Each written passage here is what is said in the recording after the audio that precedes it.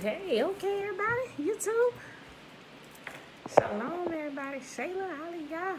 Yes, the chat is showing up. Shalom, shalom.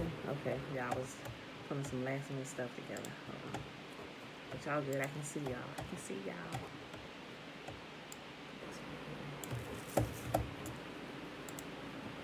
Yes.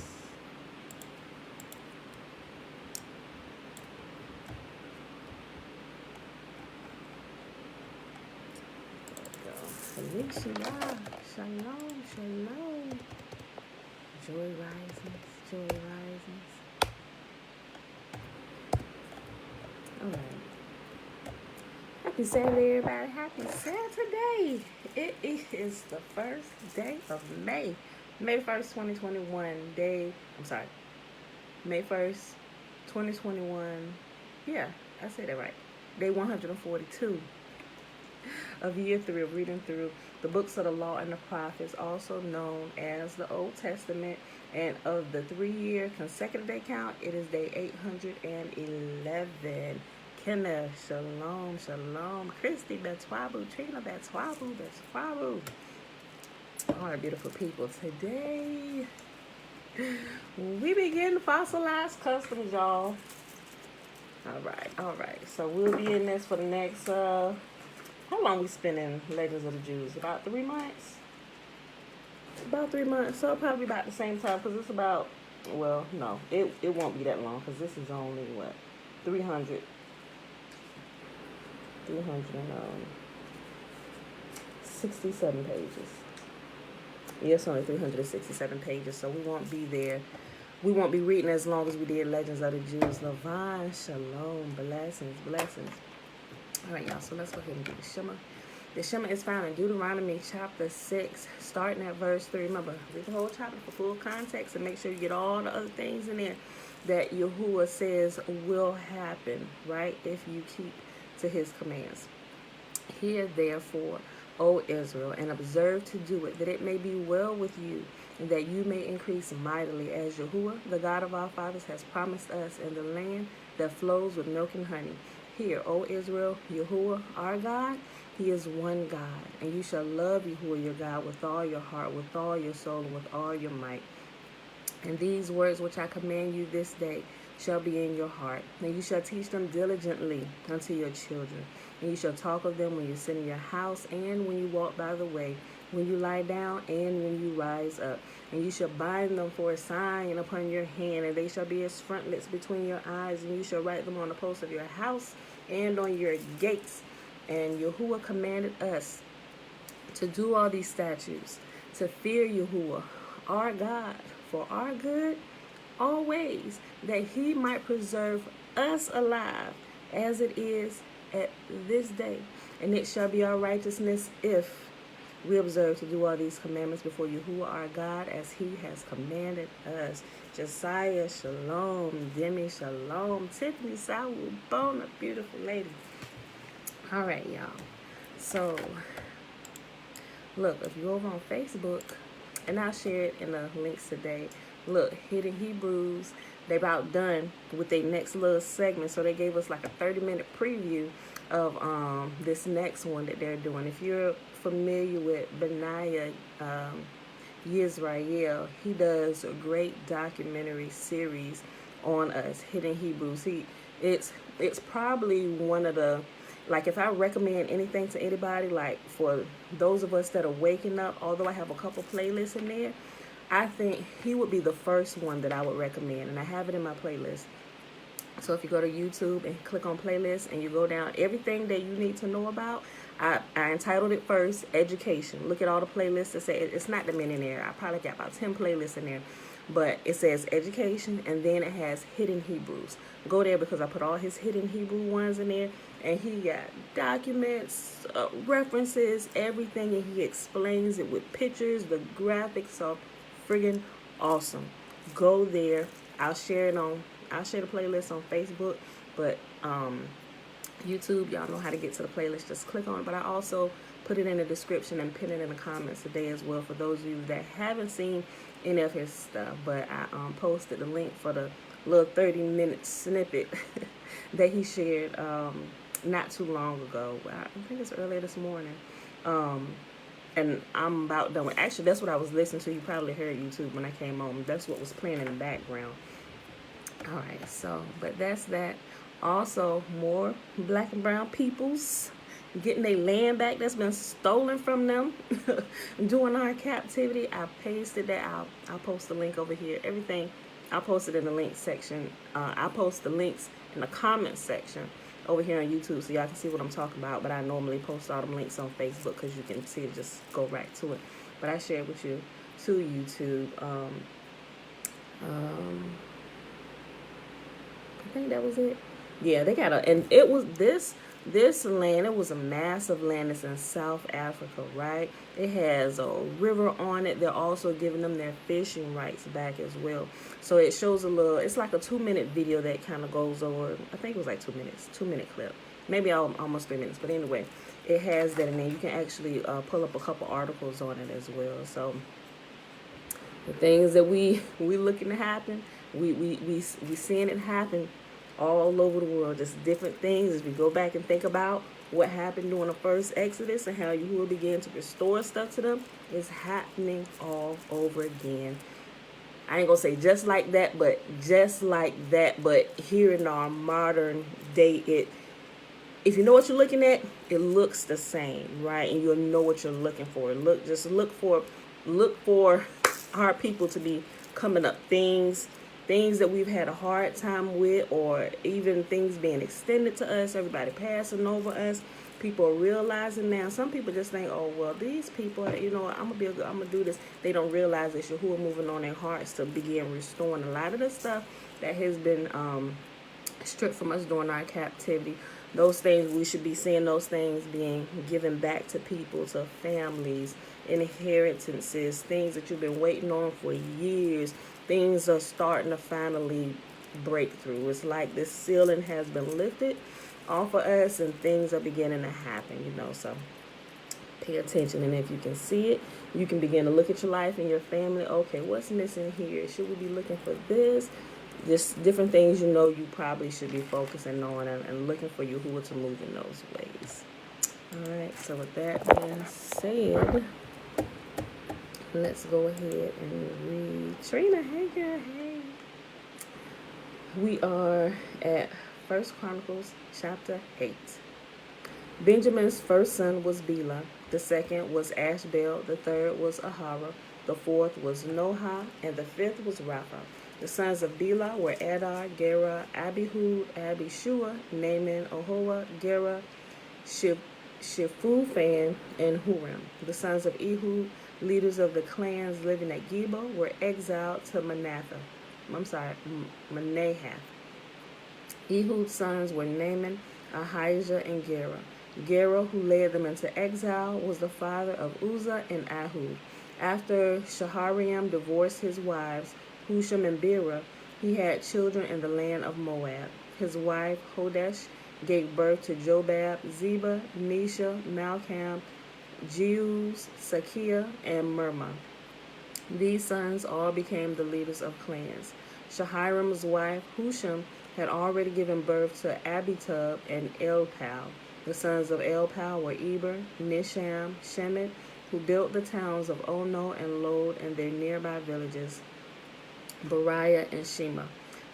They were the leaders of the clans living in Ajalon, and they drove out the inhabitants of Gath. Ahio, Shashak, Jeremoth, Zebediah, Arad, Eder, Michael, Ishpa, and Johah were the sons of Beriah. Zebediah, Meshullam, Hizki, Heber, Ishmerai, Isliah, and Jobab were the sons of Elpal. Jachim, Zikri, Zabdi, Elani, Zilithai, Eliel, Adiah, Beriah, Shimrath, and Shimrath were the sons of Shimei. Ishpan, Eber, Eliel, Abdon, Zikri, Hanan, Hananiah, Elam, Anothijah, Ipadiah, and Penuel were the sons of Shashak. Shamsharai, Shahariah, Athaliah, Jarishiah, Elijah, and Zikri were the sons of Jehoram.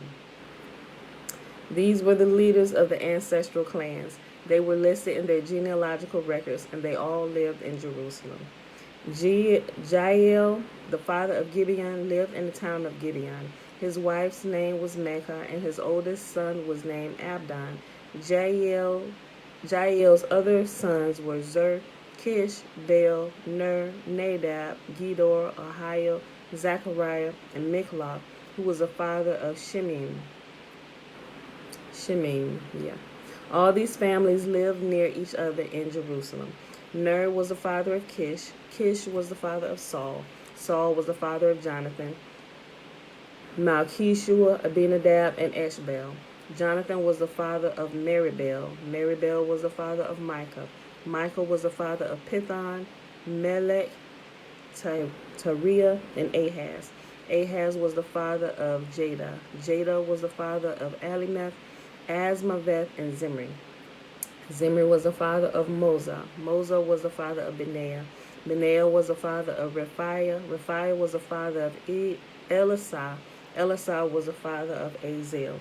Azel had 6 sons: Azrikam, Bokeru, Ishmael, Shariah, Obadiah, and Hanan.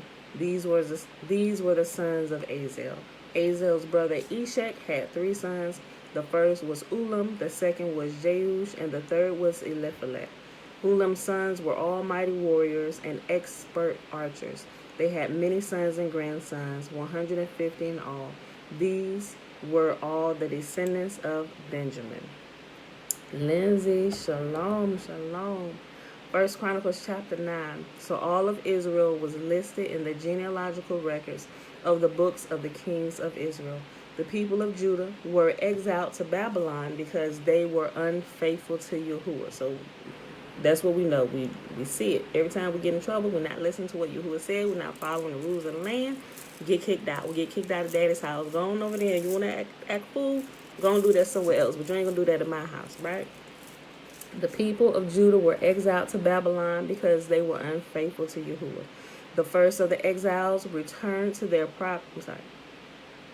The first of the exiles to return to their property in their former towns were priests, Levites, temple servants, and other Israelites. Some of the people from the tribes of Judah, Benjamin, Ephraim, and Manasseh came and settled in Jerusalem. One family that returned was that of Uthai, son of Ammihud, son of Omri, son of Imri, son of Benai, a descendant of Perez, son of Judah. Others returned from the Shilonite clan, including Asahiah, the oldest, and his sons. From the Zerahite clan, Jehu returned with his relatives. In all, 690 families from the tribe of Judah returned.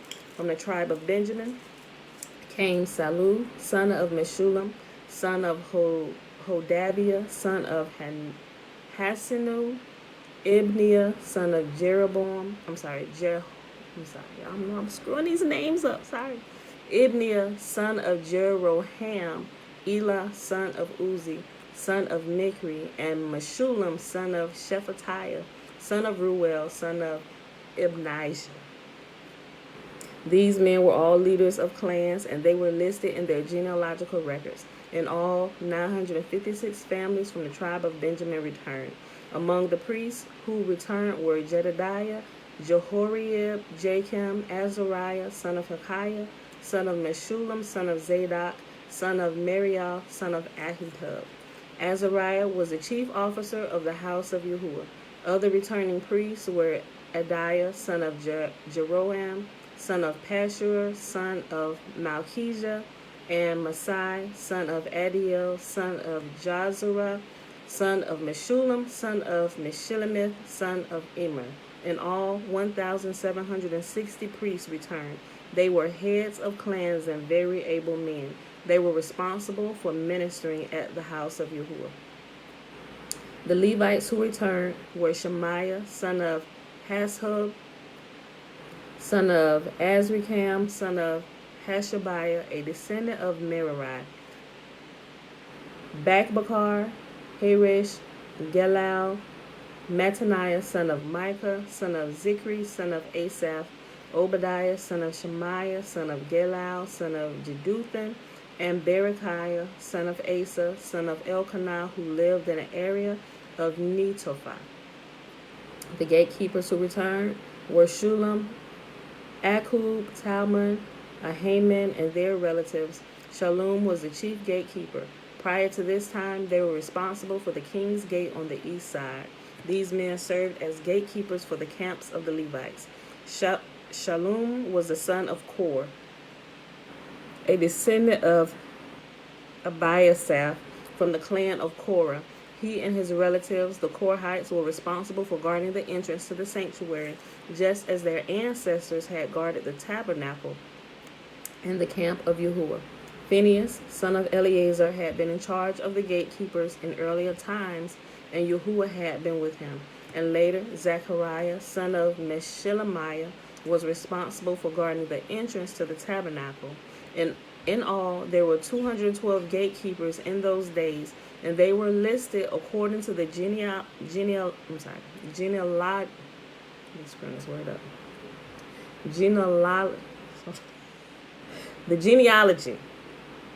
according to the genealogy in their villages.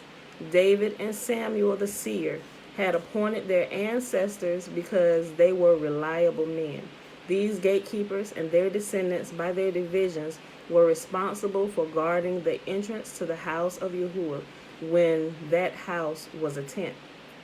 The gatekeepers were stationed on all four sides, east, west, north, and south. Their relatives in the villages came regularly to share their duties for 7-day periods. The four chief gatekeepers, all Levites, were trusted officials, for they were responsible for the rooms and treasuries at the house of Yahuah. They would spend the night around the house of Yahuah, since it was their duty to guard it and to open the gates every morning.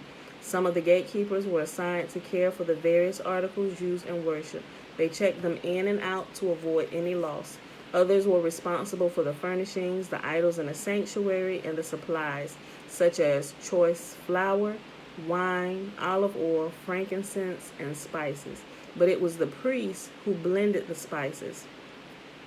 Mattathiah, a Levite and oldest son of Shallum the Korahite, was entrusted with baking the bread used in the offerings, and some members of the clan of Kohath were in charge of preparing the bread to be set on the table each Sabbath day. The magicians, all prominent Levites, lived at the temple. They were exempt from other responsibilities since they were on duty at all hours. All these men lived in Jerusalem. They were the heads of the Levite families and were listed as prominent leaders in their genealogical records. Jael, the father of Gibeon, lived in the town of Gibeon. His wife's name was Maacah, and his oldest son was named Abdon. Jael's other sons were Zur, Kish, Baal, Ner, Nadab, Gedor, Ahio, Zechariah, and Mikloth. Mikloth was the father of Shemin. All these families lived near each other in Jerusalem. Ner was the father of Kish. Kish was the father of Saul. Saul was the father of Jonathan. Malchushiah, Abinadab, and Ishbaal. Jonathan was the father of Meribel. Meribel was the father of Micah. The sons of Micah were Pithom, Melech, Terah, and Ahaz. Ahaz was the father of Jada. This repeating this line. I know I just read this earlier. Okay. Meribel was the father of Micah. The sons of Micah were Pithom, Melech, Teriah, and Ahaz. Ahaz was the father of Jada. Jada was the father of Alimeth, Asmaveth, and Zimri. Zimri was the father of Mosa. Mosa was the father of Benaiah. Benaiah's son was Rephaiah. Rephaiah's son was Eleasah. Eleasah's son was Azel. Azel had 6 sons whose names were Azrikam, Bokeru, Ishmael, Shariah, Obadiah, and Hanan. These were the sons of Azel. All right, y'all, last chapter for today. 1 Chronicles chapter 10. Shalom, shalom, Mom. Now the Philistines attacked Israel And the men of Israel fled before them. Many were slaughtered on the slopes of Mount Gilboa. The Philistines closed in on Saul and his sons, and they killed 3 of his sons, Jonathan, Abinadab, and Malchishua. The fighting grew very fierce around Saul, and the Philistine archers caught up with him and wounded him. Saul groaned to his armor-bearer, "Take your sword and kill me before these pagan Philistines come to taunt and torture me." But his armor-bearer was afraid and would not do it. So Saul took his own sword and fell on it.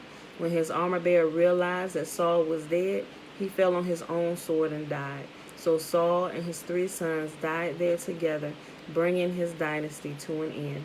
When all the Israelites in Jezreel Valley saw that their army had fled and that Saul and his sons were dead, they abandoned their towns and fled. So the Philistines moved in and occupied their towns. The next day, when the Philistines went out to strip the dead, they found the bodies of Saul and his sons on Mount Gilboa. So they stripped off Saul's armor and cut off his head. Then they proclaimed the good news of Saul's death before their idols and to the people throughout the land of Philistia. They placed his armor in the temple of their gods, and they fastened his head to the temple of Dagon. But when everyone in Jabesh Gilead heard about everything that the Philistines had done to Saul, all their mighty warriors brought back the bodies of Saul and his sons back to Jabesh. Then they buried their bones beneath a great tree at Jabesh, and they fasted for 7 days. So Saul died because he was unfaithful to Yahuah.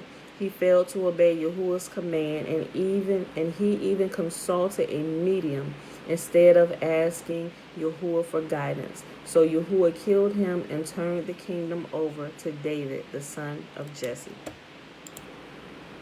All right, y'all, so that is the last chapter for today. And just a quick reminder, we are not to go to mediums, which is anybody who consults the dead when we have a question, a pressing question, any kind of question. You need to know anything. If you can't find it out, we are to go to Yahuah and Yahuah alone, right? Because he is our mighty one. He is our God. We need to know anything. He's the one that can give us the information and correct information, and will not use information to lord over you, so to speak, right? He gonna give you straightforward information. That's something that he can use against you later. All right, y'all. So here we go. Fossilized customs. All right. So for those of you who are new, that I'll give a quick overview. This book was written by Lou White. This is the 12th edition. And Lou White, he's a Caucasian gentleman. But he came out of the church. Yahuah started waking him up too, about all the shenanigans going on in the church, and he began teaching him about all these things. So all of his studies, he has condensed. He has quite a few different versions. Well, not versions, but editions. The more information that he researches, and once he vets the information, he updates his book. So I think when I first heard about it, it was at the 7th edition. Then I finally ordered a copy, but when I ordered it, I found out there was a 9th edition. So I have the 9th edition, which is about this thick in size. And now with all the other information that's coming along, he has a 12th edition, which is probably double the size of the thickness of the 9th edition, right? So here is going through the proper names, all the different, and because he came from a Christian background and even Catholicism, like half and half, there was a lot of things that he found out, and different things began to add up to him, and just all the mixing of the different religions that is practiced. Mainly he talks about the Christian faith, but he brings in some of the other ones, especially Catholicism, Christianity, and the Islam faith.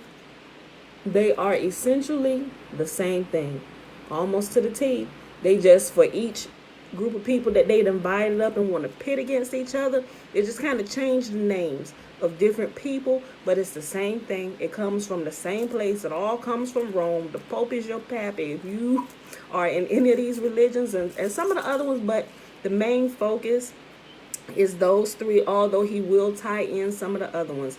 Those who worship Buddha, the Krishna, I mean, all these other ones he mentions in here. They literally all come from Rome, you know. But there's a lot of focus on Christianity, Catholicism, and Islam, because it's really almost the same thing, and a lot of people don't realize that until Yahuah begins to open your eyes. So if you don't have your copy, you can go the link that I've been posting it, but I'll begin as long as we're reading this.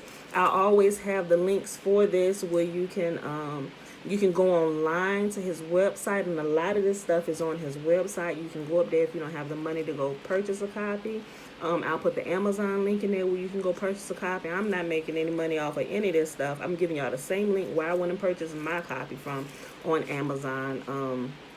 And it's also, they have some PDF formats of different things, and also YouTube videos. He has a YouTube channel where he does a lot of lectures where he's using a screen. So he'll be showing a screen while he's talking, and he'll show some of the pictures and stuff as he goes through some of this up here. Now, I will say, as he teaches, he's not going to use the name JC, but he's going to tell you the origin and all that stuff, but he will still use Yahusha or Yeshua. But the way he teaches it, and I was kind of stumped on it at first. I'm like, okay, so are you using it like I was using it, like this is Yah, but I stopped doing it because it confuses people, so I just call Yah by his name, Yahuah. My name is Yahuah forever, he said in Exodus. He says it in, I believe it was Isaiah. I'm gonna have to get that. My name is Yahuah forever. I'll give you a hold on. Let me put that so y'all can see it. My name is Yahuah forever. The scripture, I believe it was Isaiah 44, and it's in Exodus. And he said forever. Okay, but some people call Yahuah by the different attributes of his name, and that's okay too. But in some places in here, he does teach this. He brings some stuff out of the New Testament, but you can also see how they've taken some stuff out of the Old Testament and repeated it in the New Testament. But when he talks about Yahusha or Yeshua, or some people will say JC, he's teaching it from the standpoint of him actually teaching the scriptures and not being a god like he was, like people say. That's not how he's teaching it. So when we get to those points, based on the information, he hasn't updated that yet. I'm not sure if he knows that.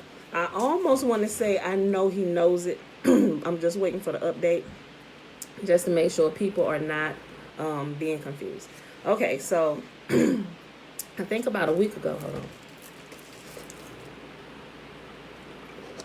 About a week ago, we read through the table of contents. I'm not going to do that again.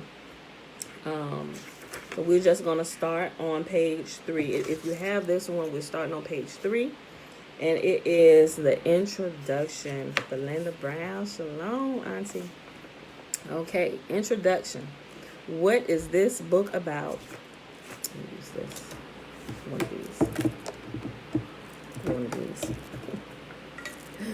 It's kind of like to keep my, so I don't double read lines. Okay.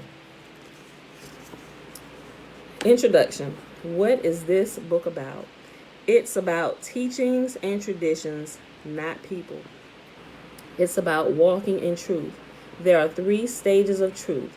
First, it is considered ridiculous. Second, it is violently opposed. Third, it is accepted as being self-evident. So all of us we can all agree with that, because when Yahuah started waking us up to what's really been in front of our face, especially revealing to us what Christianity really is, at first, because how you were raised up, if you deny JC, your salvation, you're going to hell, right? It is completely ridiculous. You better get away from here with that. I am not denying my Savior, right? It is violently opposed. Get out of here. Heresy. But something keeps picking at you. Like, wait, something ain't right. But they make sense a little bit. So you gotta want to look at it, and then third, it is accepted as being self-evident. Once you begin to actually go and do the study for yourself and begin to pull apart some of these lies and uncover the truth, it's like, you know what?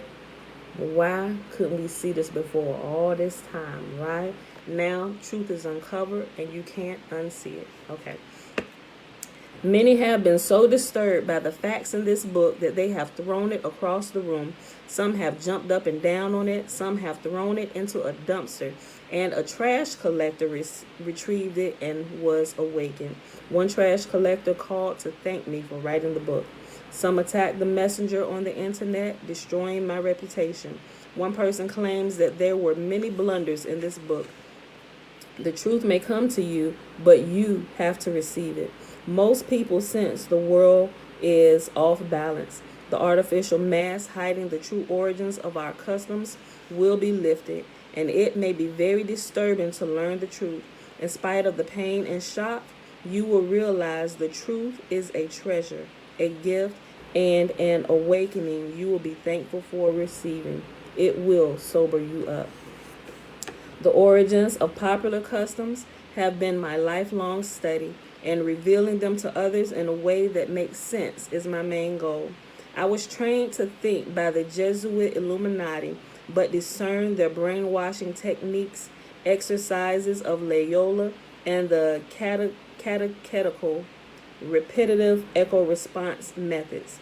They taught me to pray to the dead, kneel in front of various objects of worship, and use rosaries. Prayers to the dead is necromancy, but I did not know it at the time. Their maxims did not seem logical to me, even as a very young child. The end justifies the means sounded tyrannical and cruel. Their programming failed to work on me, but I saw it successfully implemented on others.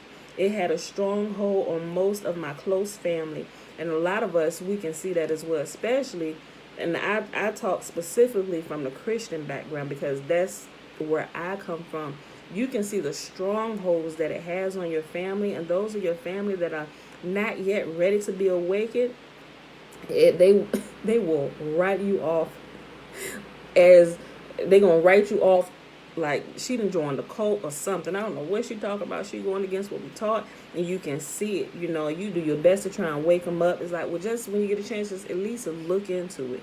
They don't look into it because that the church has taught you, don't go looking for anything. You keep your eyes here. You listen to what I say. Don't go checking none of this, because if you do, you're gonna die. You can go to hell, right? And most of us are captured. Okay, I'm gonna keep my eyes straight for it. Don't everybody just keep looking for it. Somebody need to come and break your state, right? Listen, their programming failed to work on me, but I saw it successfully implemented on others. It held a strong hold on most of my family. When I asked questions, the Jesuits had prepared unfulfilling answers. And they do. And anybody that you talk to about this, you can tell that you don't really see the programming until you come out of the program yourself. And when you go to talk to people, it don't matter if you talk to them, they white, black, Chinese, if they're in the Christianity faith. And I'm just talking, like I said, I'm talking strictly from Christianity. That's where I came from. When you ask them certain type of questions, and none of these people can know each other. They can be in different parts of the world. They will give you the same exact answers, almost word for word. Whereby you can tell this is classic programming, right? Because you live over here. None of y'all families are connected. Y'all never have come in contact, but yet you're giving me the same answers. Like, y'all all have one teacher, just like the Guild of Prophets. Everybody that's saying the same thing. Classic programming, right? You can see it. When you see it, you cannot unsee it. But they can't seem to see it. Okay. When I asked questions, the Jesuits had prepared unfulfilling answers. I wanted to know the answer to why about everything, including why they were doing what they were doing, why they dressed the way they did, and why they trusted in their rituals and echelons of rank. After spending all the years of my youth in this intense brainwashing and programming, I escaped to the U.S. Air Force, breaking the spell, right? And it's not until you go away from all this stuff, or like me, I dropped out of church. It was a time of, it's the best thing I ever did, because when you're sitting in that all the time, it's constantly going into you. They're keeping you a part of the program, and you don't have time to break away to think you're always serving in the church. You want to choir, this and this, and that. You got to be here. The pastor's on my all of you. They're keeping you inside of it, and you don't have a chance to sit and think. When you are breaking away from that, something is broken where you can't attend them services, reality begins to set in, and you start to think about stuff. Like, you begin to come to your senses, like, wait a minute, what why would I do that? That doesn't even make logical sense, right? So something has to come where it breaks your spell. And for him, he joined the Air Force, right? Now you're on Uncle Sam time. It's a different type of program, but at least he was able to break away from the church programming and what it does, right? After spending all the years of my youth in this intense brainwashing and programming, I escaped to the Air Force, breaking the spell. The next section is called World Order of the Beast. The Jesuits openly explain how the world system's power structure is organized. Since Babel, the world has been organized in this beast system or order. It is a highly ordered teaching authority, controlling and wielding power over the commoners, whom they refer to as the laity or common people. The dragon gives them this authority and power. We often hear non-professionals referred to as lay people or laity. This term implies there are more informed people who were in control. The Jesuit Illuminati was all around me, but only later did I become aware of their presence and strategies. The only organized teaching authorities they recognize is theirs. All others were evil. Same thing we see in Christianity. This is the only faith. Everybody else is wrong, right? Don't even go, you ain't even got to go looking over there, because all of them worshiping Satan, right? Says the Satan worshiper. Look, theirs was the only means to attain or earn heaven, and the other teaching authorities had to be opposed and totally eliminated. The Jesuits are a military order. This militia is a totalitarian, organized government posing as a religious institution. Its greatest operation is the United Nations. This is a foreign power entrenched on the sovereign soil of the United States.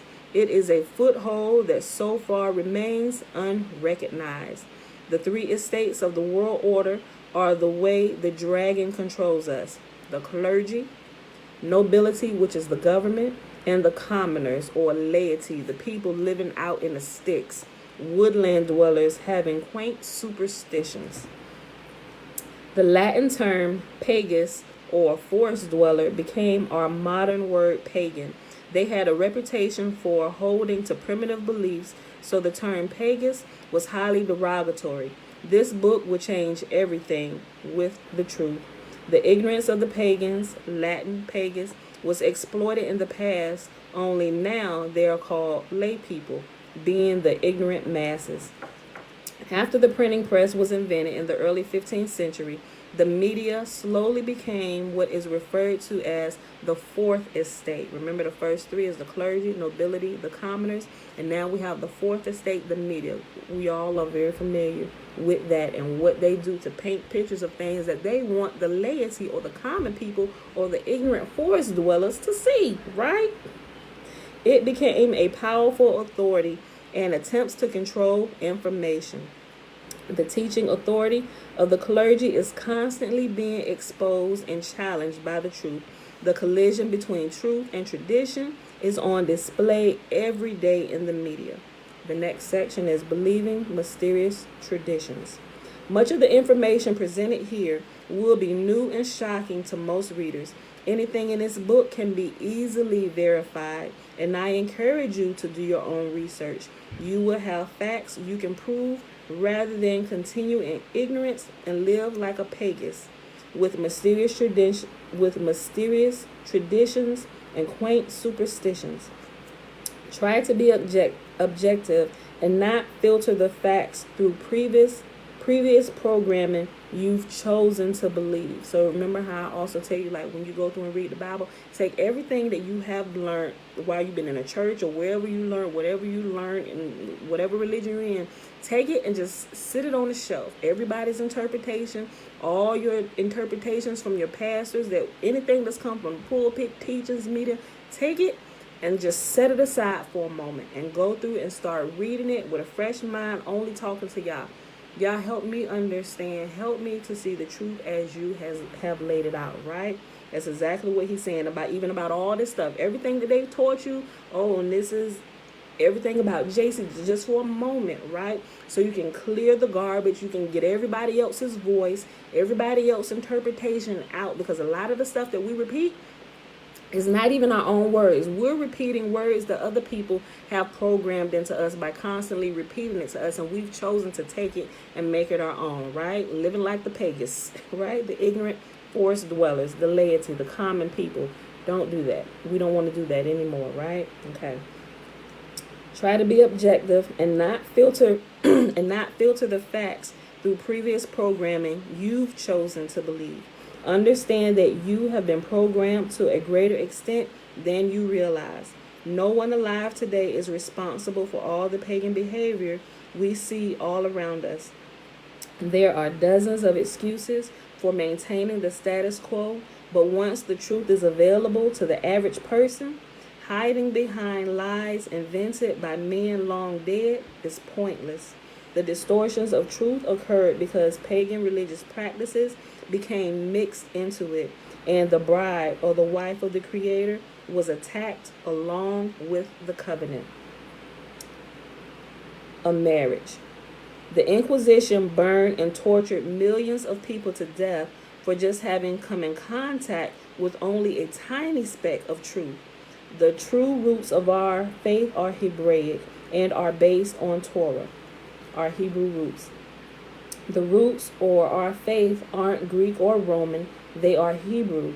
The Mashiach is the mediator of the covenant, which is the Torah written in our heart, right? So right here, the mediator between the covenant, just like Moses was, right? But we are not to worship. We're not to worship Moses. None of the prophets, any mediators, people who come to bring you the truth. The point is to point you back to Yah, right? Not worship them. And that's what he's saying. Anytime he says Mashiach, he's just using him as teacher, somebody like what we're doing here. While I'm bringing you truth, y'all don't come to worship me. I'm telling you, the Yahuah says this. Yahuah is the one you worship. Yahuah is the one we worship, the one we serve. I'm just like you, brethren, right? We're family. This is daddy. Here's where we go, right? Okay. The roots or our faith aren't Greek or Roman. They are Hebrew. The Mashiach is the mediator of the covenant, which is the Torah written in our hearts. If we turn to the left or to the right, we must listen to the voice of our teacher who is saying, this is the way, walk in it. The Torah is the narrow way, and few people find it. He who answers before listening, that is his folly and his shame. Proverbs 18:13. In this book, you will discover the true origins of many cherished customs.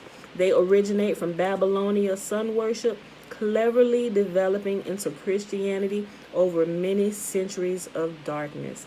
They are the strong delusion, a lie. Witchcraft is openly practiced. And it has a question here. Depart from me, you who work A, Torah, or B, lawlessness, right? And so if you have the book, you will see right here in this little black thing.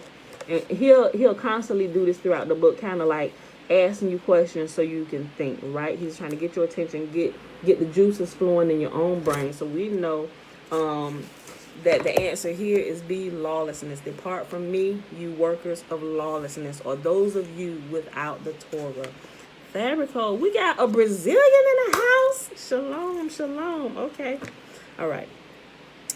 Fertility symbols are everywhere. Wreaths, branches, bowls, and trees have been used by pagans as emblems of fertility, used to decorate during the winter solstice, thought of as the rebirth of the sun. The tree was an Asherah altar representing the phallus or testicles, balls, and semen, the tinsel. So when you see the Christmas tree, right, that represents the male penis. You got the ornaments, the balls that you hang on a tree. The ornaments that represents the testicles of the male, and the tinsel. That stuff that get everywhere. You got to get the vacuum clean it. It's everywhere. You stop getting tinsel, right? That represents the semen. I'm telling y'all, we're gonna get into some stuff that they didn't have us practice. It's gonna make you throw up over and over again. Like you would not believe some of the things we have been practicing in ignorance, because it's been passed down as family traditions and religious traditions. Okay, I read that again. Oh, did they tell us what the wreath represents? Oh yeah, I'm gonna just read it over. Go into the wreath too. That circle piece of tree stuff that's all together that you hang on your door. We just talked about the male, right? The Christmas tree represents the penis. The wreath represents the vagina. I'm gonna just read it again. So y'all stick with me. If y'all ain't get the book, get the book. Wreaths, branches, bows, and trees had been used by pagans as emblems of fertility, used to decorate during the winter solstice, thought of as the rebirth of the sun. Right here has S-U-N, but you will see as we go on through the different religions, every religion has a father, a mother, and a son, just as it does in Christianity. It takes the same pagan practices, and they're practicing it, right? The tree was an Asherah altar representing the phallus, testicle balls, and semen, the tinsel.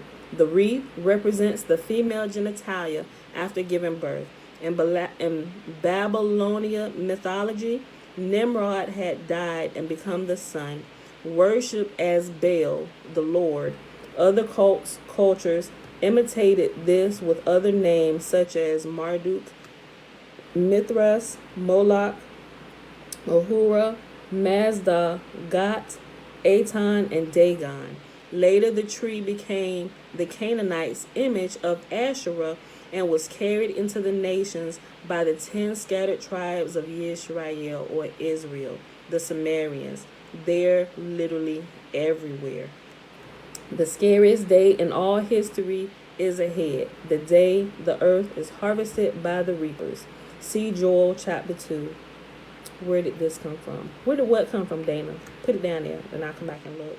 The first thing that will go through your mind when you see the fire consume the people around you, you may say, why didn't I do more to reach them with the truth, so this may not have happened to them? See 2 Peter 3:7, Zechariah 14, Matthew 3:12. This is what Yahuah Sebawoti says. In those days, 10 men from all languages and nations will take firm hold on one Yehudi by the hem of his robe and say, let us go with you, because we have heard that Elohim is with you, or that Yahuah is with you. That's Zechariah chapter 8, verse 23. So it's talking about our days as we see things happening and Yahuah waking us up, and people realizing who the real children of Israel are, the descendants of Jacob, the sons and daughters who have been made slaves of all the nations. There's only one group of people that have been made the slaves of all the nations of the world.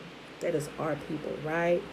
There was somebody I was talking to yesterday, and I'm not sure. I want to say now that it's YouTube. I violated, so I got to be careful, y'all, so I don't get my channel shut down. But as I start saying some of this, I'm like, oh, okay, I might have violated something, and I realized, this big thing that came out about anti-Semitism with the Jewish people over in Israel, and they trying to get these laws passed so you can't say anything against them. But we're like, okay, that's a bunch of hogwash. But we get it, right? So the whole world, the United States, is helping to pass laws so there's not like anti-Semitism committed against them. But how we as true Semites or true Shemitic people, the descendants who come from Shem, how can we be anti-Semitic against people who have stolen our identity, right? But that's the big secret of the entire world.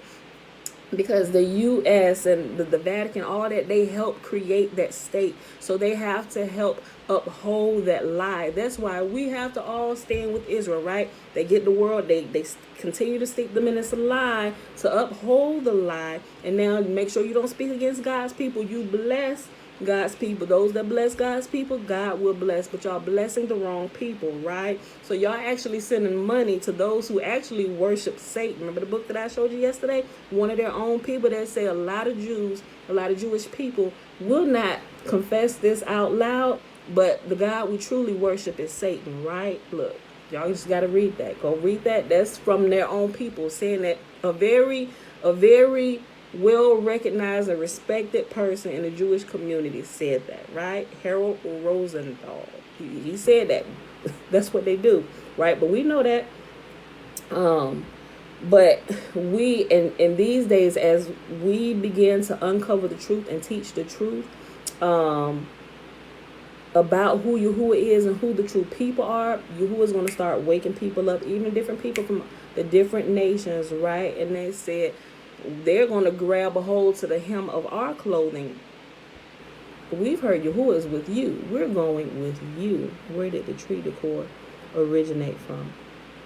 It was all back in there, Dana. You know, they just kind of, as the days go on, it's more modern. They create different type of ornaments and stuff. But they were doing this back in the day. They had the trees and they decorate them with the balls and a tinsel.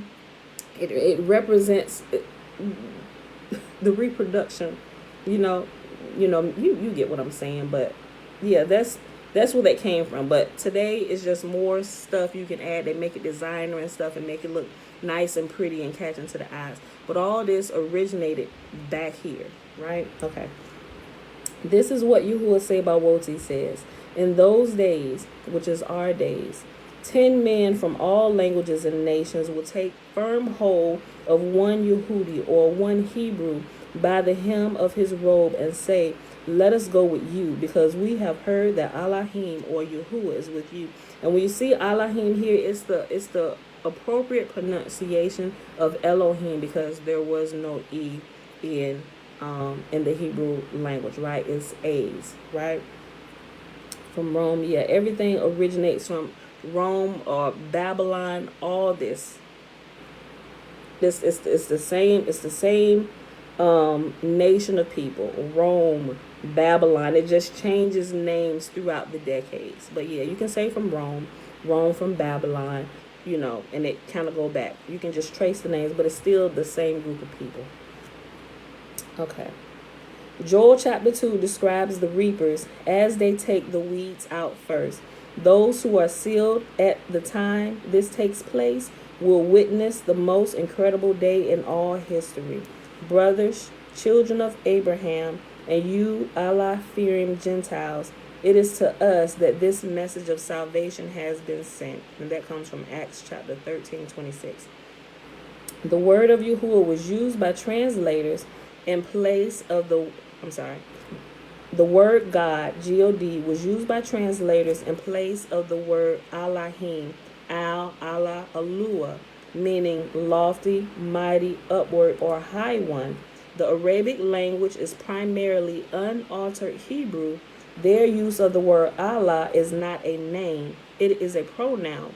The book of Daniel uses this pronoun often. Aleph, Lamed, Hey, which is Allah. We should be very aware that their Allah is not our Allah, because our Allah is love. He is coming soon, and we call on him by the name of Yahusha.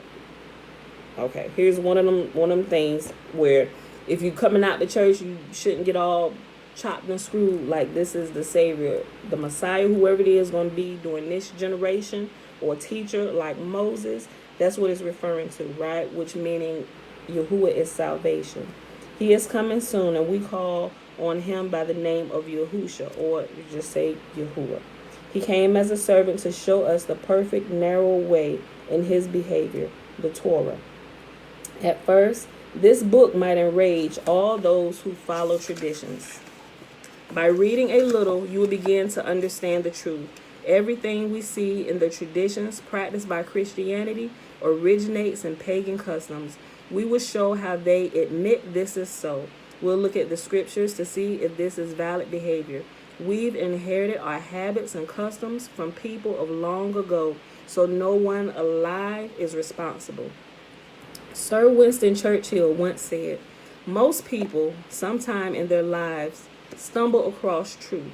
Most jump up, brush themselves off, and hurry on about their business as if nothing had happened.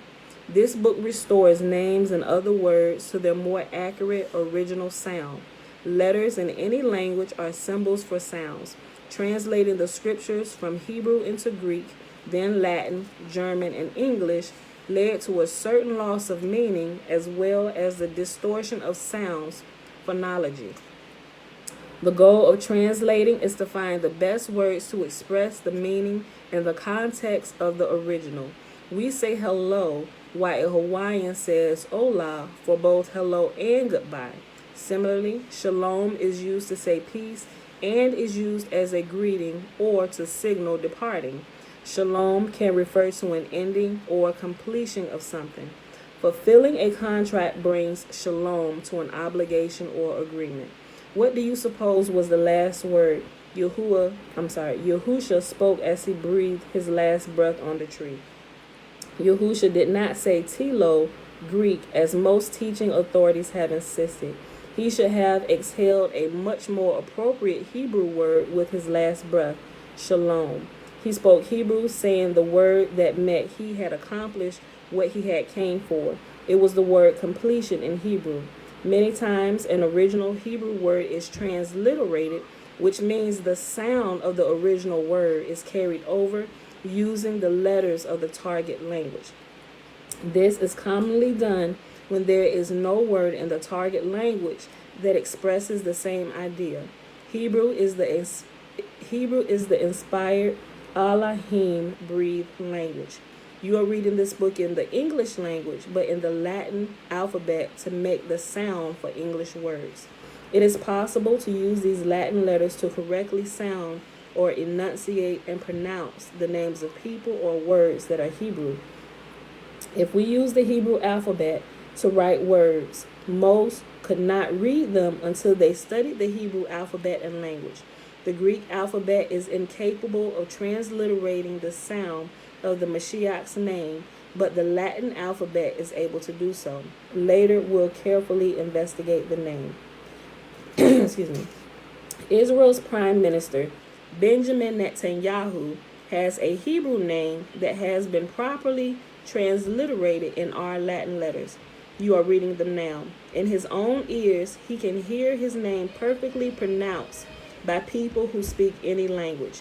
His name also has a meaning, but it would be improper to translate his name since what his name means is not his name.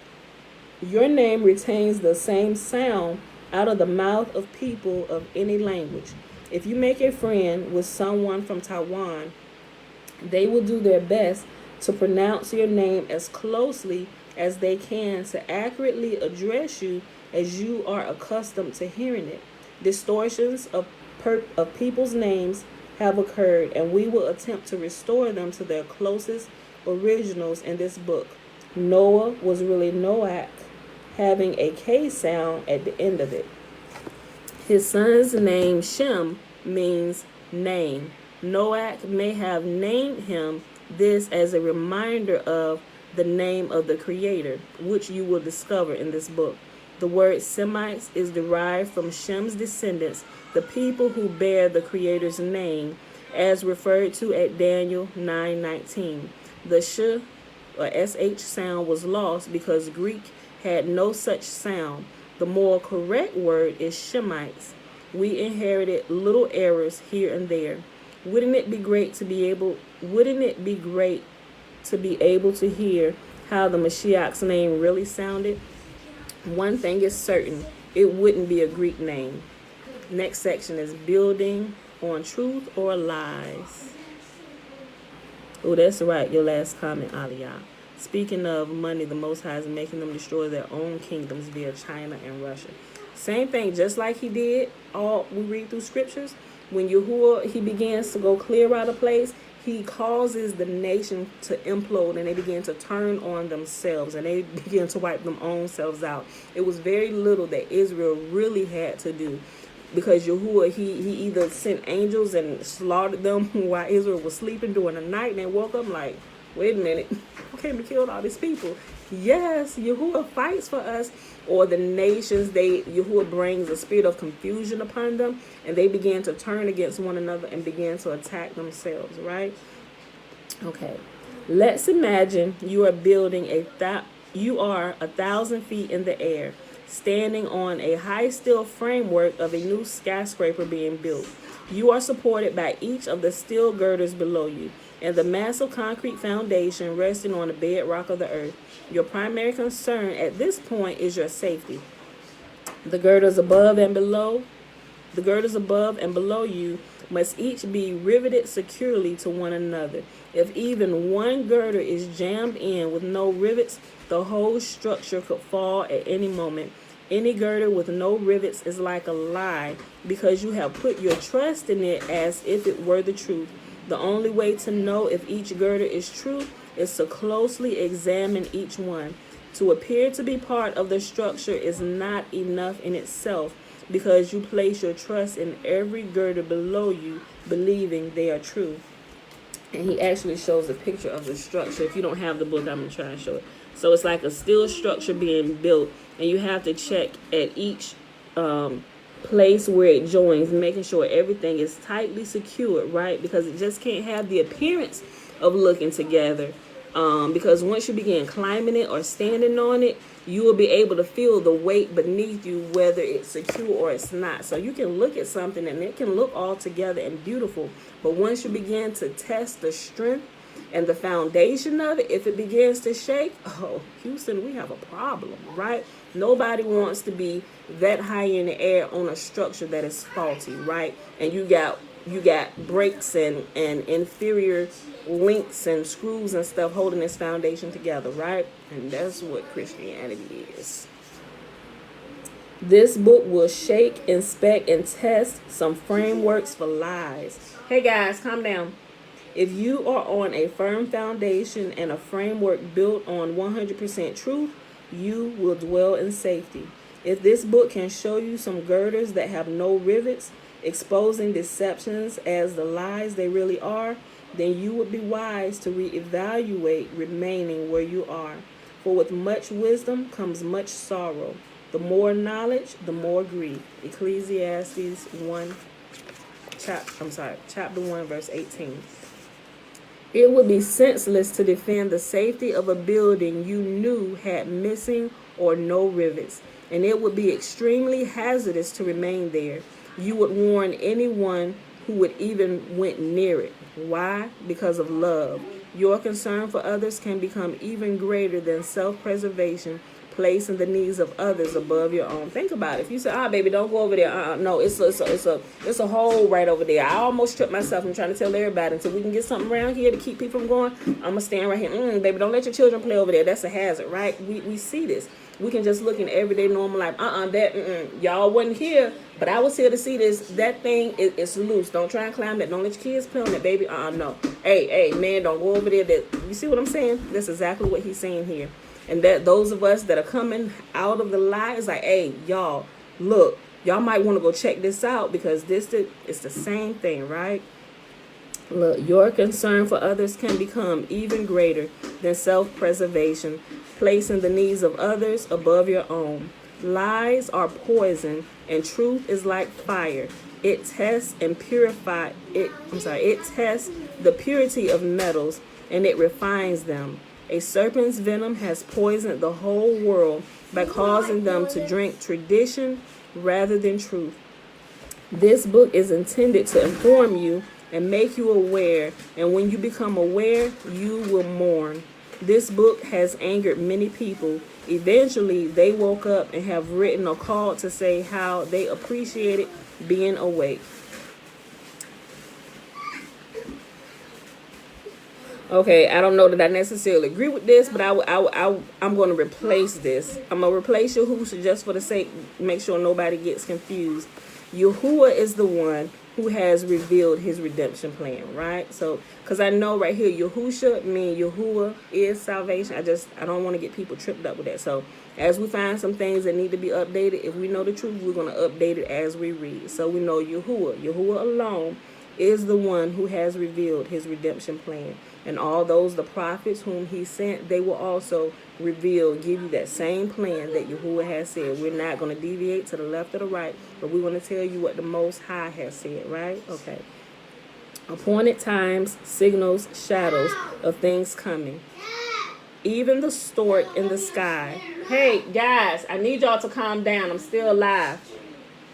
Even the stork in the sky knows her appointed times, and a turtle dove and a swallow and a thrush observe in the time of their coming. But my people do not know the ordinance of Yahuah. And that's found in Jeremiah 8 and 7.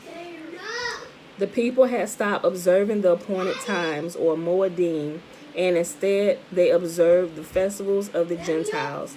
That's in Jeremiah chapter 7 through chapter 10. Seek Yahuah, all you humble of the land, you who do what he commands. Seek righteousness, seek humility. Perhaps you will be sheltered on the day of Yahuah's anger. And that's in Zephaniah chapter 2 and verse 3. The renewed covenant, I like this because he gets it right. The renewed covenant. Well, some people say that the renewed covenant is JC coming to die for your sins. Yep, that is wrong. Yahuah never said that. Listen. The renewed covenant. I will give you a new heart and put a new spirit in you. I will remove from you your heart of stone and give you a heart of flesh. And I will put my spirit in you and move you to follow my decrees and be careful to keep my laws. That's Ezekiel chapter 36, verse 26 through 27. Book hypothesis. Due to compromise, syncretism, ignorance, confusion, and the intentional deceit of humanity by fallen spatial beings, Babel's mythological culture, the reign of the beast, has assimilated into the lives of every person on earth. Unknowingly, humanity has embraced ancient Babel's customs of Mazarah, worship, fertility, and child sacrifice.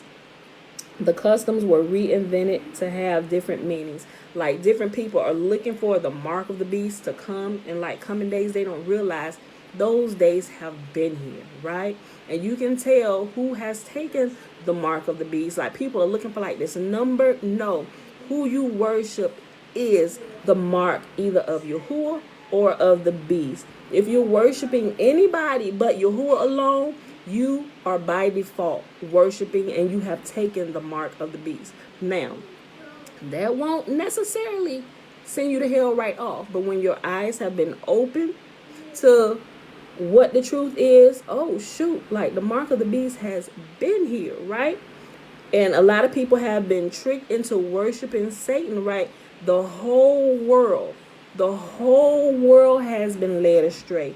And they wonder after the beast, right? Even in Christianity, by default, you guys are actually worshiping Satan, right? All the world wonders after the beast. You are worshiping Satan by default. Although they have you believe one thing, like, oh, God, yeah. But what they have you doing, by default, your actions, your belief, by default, you have taken the mark of the beast, and you are by default and ignorantly worshiping Satan. That's why we do our best to scream out loud, return to Yahuah alone, worship him alone.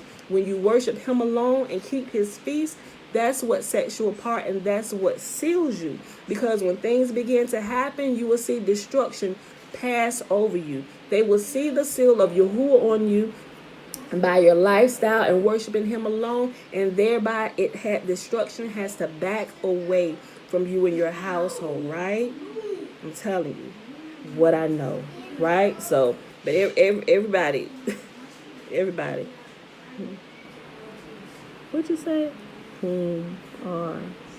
don't know why wearing popped up in the back. I think I know what you're saying, but yes, please repeat it for those who hear it. Way in the back seats. Oh, okay. But yeah, so a lot of people if you look at a lot of stuff that's being put, a lot of people doing videos of the mark of the beast and taking this and the jab and all this. I'm like, no, y'all still ain't got it. Y'all still ain't got it. We are in the beast system. We were born into this beast system, right? And it's just now that as our captivity was over, Yahuah is awakening us to what's really been going on. And now we can choose either to stay sealed by the beast or stay sealed have the mark of the beast. We can choose to stay sealed by the mark of the beast or choose to step out of that system, and now we take Yahuah's mark and he's sealed by us, right? So what will send you to a terrible end is deciding to keep the mark of the beast, right? You ain't got to worry about being sealed, because if you're not worshiping Yahuah alone, you already sealed by them. You already got the beast mark, people. You already got the beast mark. But it's your choice now to either get rid of the beast mark by turning to Yahuah alone, or, just, y'all get it. Okay. Unknowingly, humanity has embraced ancient Babel's customs of Mazaroth worship, fertility, and child sacrifice. The customs were reinvented to have different meanings. By occulting or hiding the meanings, the scheme of an ancient spatial being is successfully tricking and misdirecting people to serve him.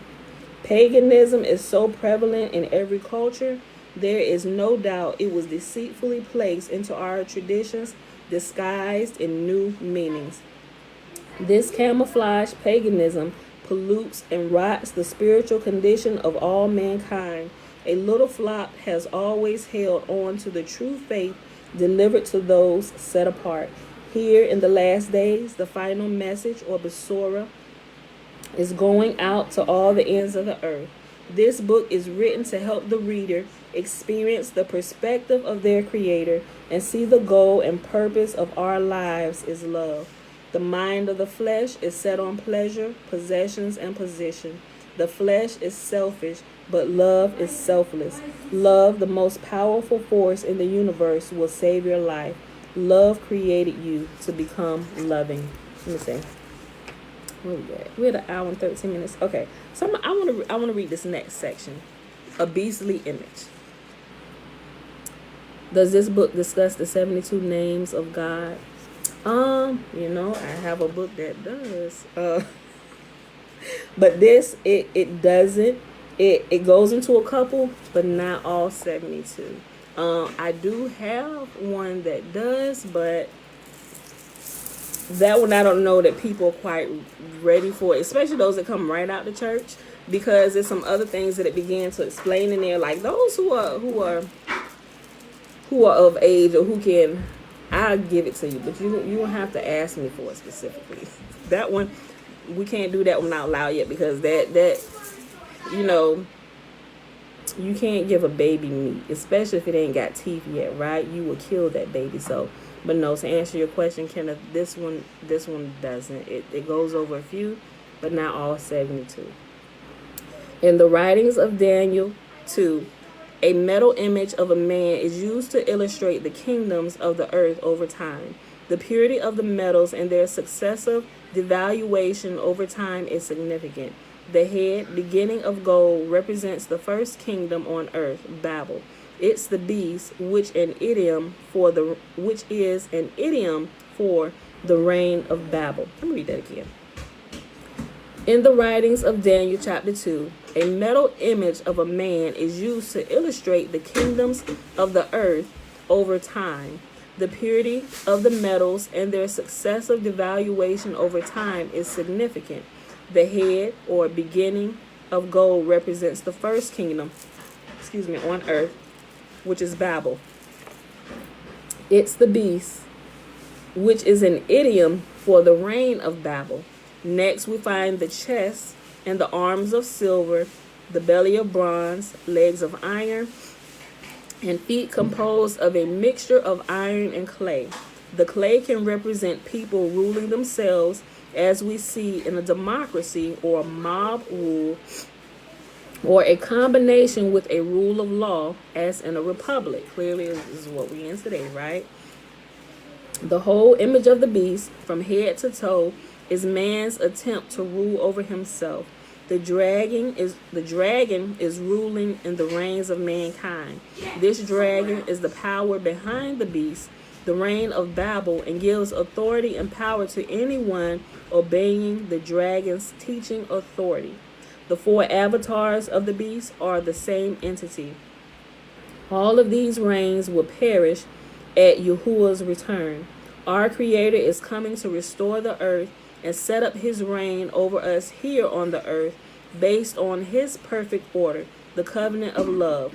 Babel is fallen, never to rise again.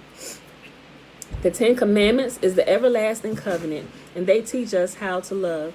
It is not our task to repair man's faulty kingdoms, fight over them, or argue about their inadequacies. Conquering, killing, dividing, overpowering, controlling, these are not the things we do, but they are the things which men trying to rule themselves do.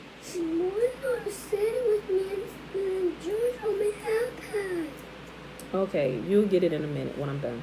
Lies and false motives control the masses or the laity through the clergy and civil governments.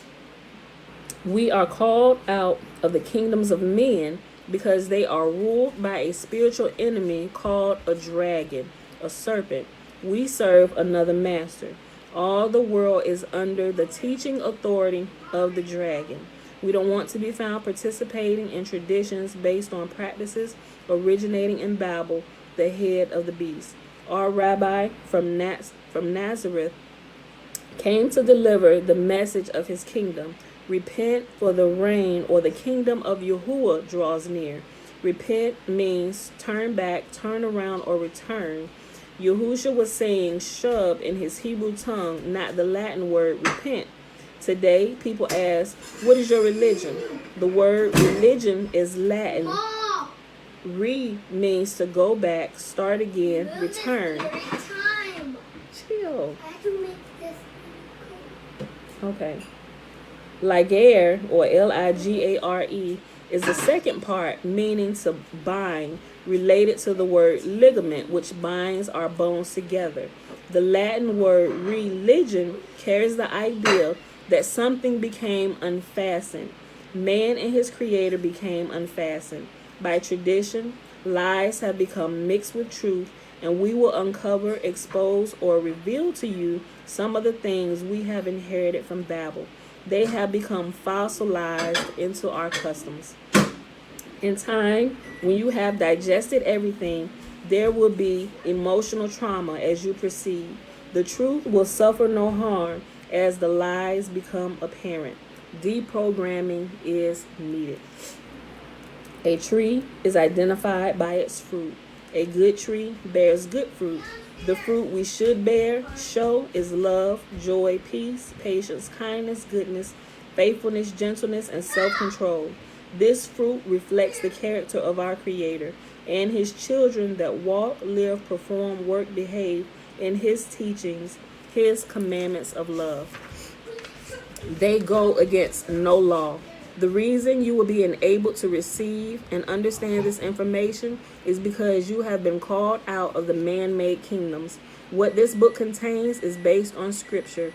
Truth is what science, or to know, seeks to discover, and it is reality, not religion. Let me see, we're at 119, but it's Saturday. Okay, so I'll read up till we get to the key of knowledge, the name, right? Thinking about what Kenneth said, so we'll go through that. Okay. Tradition, religion, or truth, reality. To know truth is far superior to a belief in a theory. We can believe someone that we can believe someone that has risen from the dead. Hold on. Listen. Hold on.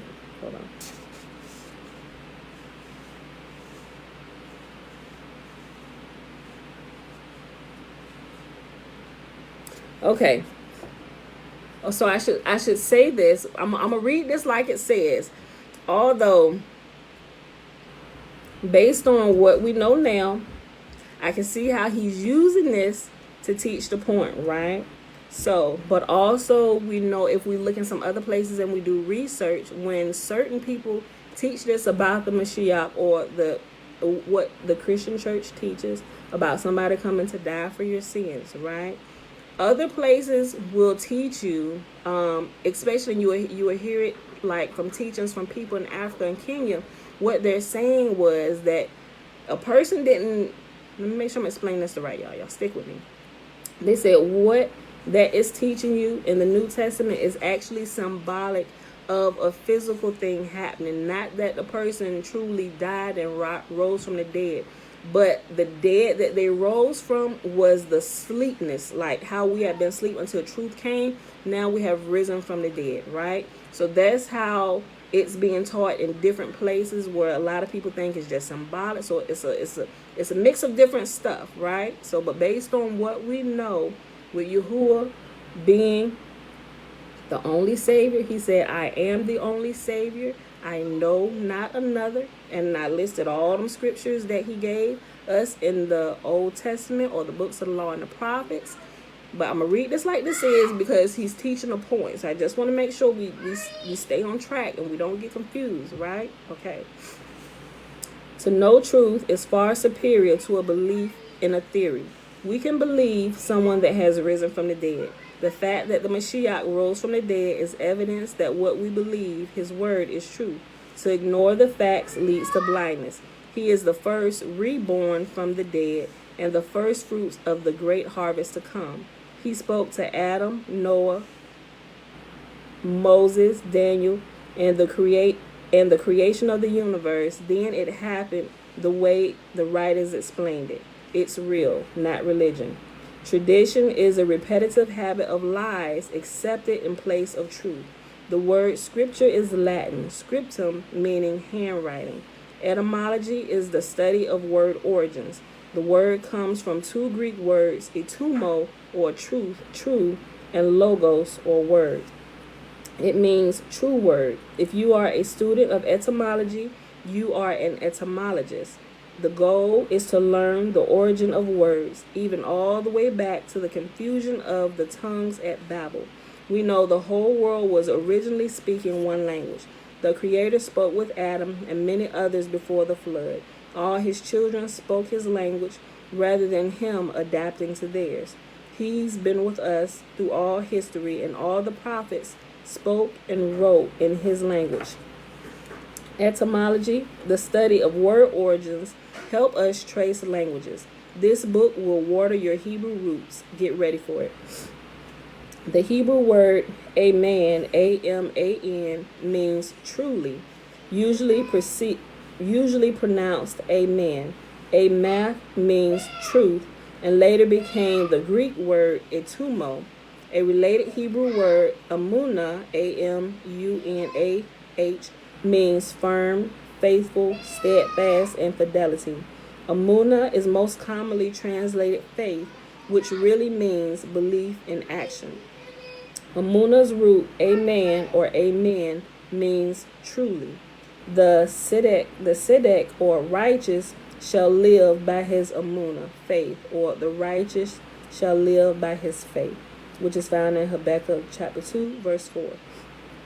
It means we act on what we believe, perfecting our belief. This book's purpose is to expose the origins of everyday beliefs, customs, and rituals that have become camouflaged in new meanings. Common activities performed today have passed down from ancient pagan cultures and are often claimed to be secular, yet are perfectly preserved religious witchcraft or nature worship, such as Halloween. Myths, paganism, superstition, belief in magic, and ignorance were tolerated over the past 19 plus centuries in order for our political and religious ancestors to maintain control over their teaching authority. Resistance against their authority was met with the most severe prejudice, extermination. The model all mankind is intended to live by was abandoned and outlawed. Our modern traditions could easily have been based on what is true, but instead, pagan syncretism is used to mix error with truth, poisoning hearts. The truth is the Ten Commandments. The fusion of lies and truth overwhelmed our ancestors, So we have inherited the lies and futility. In the day of distress, the nations will admit this. Jeremiah chapter 16, verse 19. The conspiracy is organized. Secret brotherhoods have passed much of this knowledge down through the centuries, never allowing the common people to access it. It would cause disruption and loss of their control. These illuminated men, the adepts, would often speak to one another in Latin, meaning hidden, in order to keep their secrets safe. Because Latin is a dead language, the meaning of the words never change. The earth is ruled by man-made domains, focused into three main groups: ecclesiastical, political, mercantile, and the consuming public. These domains are controlled by a highly organized spiritual realm, which is principalities and powers in the heavenlies. The media is the fourth estate, controlled by the first two, with the pagas or the illiterate masses at the bottom. These domains are the world order, imprinted on every nation. The internet is allowing information and communication to pass more freely between individuals, but all things still remain under the control of a fallen spatial being called Shaitan or Satan, who oversees many masquerading angels of light. At Yahuah's coming, the dragon will be taken out of the way, and the world order or the beast annihilated. Yahuah's coming will be the linchpin of all history. There is so much paganism designed into the cultures of the world. It is utterly amazing that it could have gone on for so long without more men standing up to it before now. Many of those who did were exterminated by the dragon's beast order. This book is written in obedience to Ephesians 5:6-11. The nobility or governing powers are commonly used to exterminate threats to the authority of religious establishment or the clergy. The reading of scripture by laity was banned in 1229 CE because they would perceive how the authorities were not teaching the truth, right? CE means common error or common error, as in ERA, in parentheses he has, or common error, ERROR. The understanding of this message will bring sheer terror, wrote a prophet called Isaiah, more accurately Yashayahu, at Isaiah chapter 28 verse 19. The message or the Basora means message. The message or Basora is repent, for the reign of Yahuah draws near, right? Yahuah coming down with us to reign, right? Forever. The ones in control are terrified. They want their reign to continue. While the Torah of the Creator was taught, the vineyard or mankind was green, growing, and fruitful and peaceful, because the living waters provided life to the soil. The Torah or commandments produce peace. And those of us who have actually gone back to begin to keep Yahuah's law, statutes, and his commandments, totally ignoring what the church teaches us, oh, it's been done away with, this person has fulfilled it all, we realize there's another whole level of peace that sets in over our lives. Like, it's not even a way that we can begin to explain it to you unless you have tried it yourself. That's why I say it's something that must be experienced. You have to begin to do it in order for your eyes to be open and actually to see it, right? So, but those that take that next step by actually stepping out of the box where they say, you don't do that, so we all under grace now, you ain't got to do that. No, the letter of the law has been fulfilled over here. You ain't got to do that no more. If you constantly listen to what they say and you never go step in to test it, your eyes will not be open. You will stay under the spell of the beast system. They will continue to have a hold on you, right? While the Torah of the Creator was taught, the vineyard or mankind, where Yahuah's vineyard, was green and growing and fruitful or peaceful, because the living waters provided life to the soil. The Torah or commandments produce peace. By removing the living waters, the vineyard becomes dry, withers, and the dead branches will be burned up. The living waters and living words are Torah, Yahuah's instruction. The last section we're going to read is a small little section that's called the Key of Knowledge, the name, and it's on page 12. Okay. A key of knowledge has been withheld from the people, the personal name of the Creator. Remember, we talked about it all the time in all your Bibles, unless you get one that restores his name. It even tell you in the preface and in the introduction that they have removed the original name of Yahuah and they replaced it with general terms. And some of these general terms are actually identifiers of pagan deities that they worship, right? And Yahuah said that we should never let those names come across our lips. So we restore the name to the scriptures. Even if we still have a Bible that has the general terms, when we read it, we remove them general terms and we add his name back in, right? Okay. A key of knowledge has been withheld from the people, the personal name of the Creator. My name is Yahuah forever. When the bridegroom returns, those unwise virgins who think they will have a place in the household of Yahuah will be turned away, having insufficient oil in their lamps or in their hearts. Our lamp is our inner vessel, storing our thoughts and decisions. The apostles knew the way, and so can you. It's narrow, straight, and very easy to follow the path, because it's written down in the best-selling textbook in the history of the world, Scripture. The purpose of the everlasting covenant is to teach all men how to love.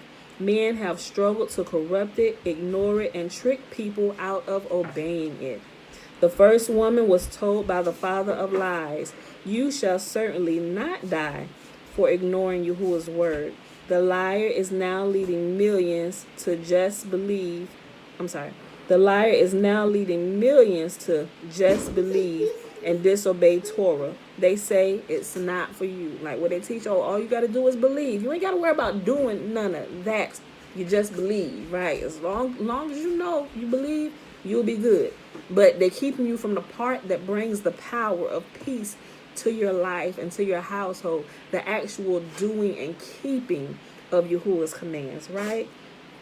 The first woman was told by the father of lies, "You shall certainly not die," for ignoring, and he got in parentheses, for ignoring Yahuah's word. The liar is now leading millions of people to just believe and disobey the Torah. They say it's not for you. The deception is working. Even demons believe. Our rabbi, Yahusha, lives by the living words of the Torah. He is the one who gave Yahuah is the one who gave the Torah to us. The term rabbi has come to mean my teacher and is transliterated 17 times in the Nazarene writings. Rab, R-A-B, is a root meaning exalt, lift up. Rabbi means my exalted one. When you read the word teacher or master, the original word was most likely Rabbi, Adonai, or the term Maria. The Hebrew word rabbi is not found in the Tanakh, aka the Old Testament. Learning from drunken merchants, drunken men who fleece the sheep, the message of the reign of Yahuah sounds like do and do, rule on rule, a little here, a little there. The message is sealed to them because they have not received the love for the truth. They have not received the love for the Torah.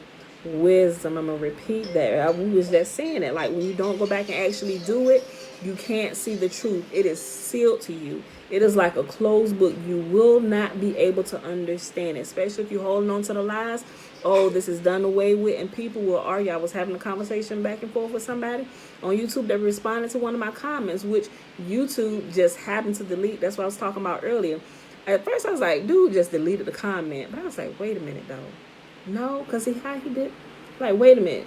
YouTube messing with this. So I tested it. I want to respond it because I copied some of my responses because sometimes they be a little lengthy because I have references and stuff.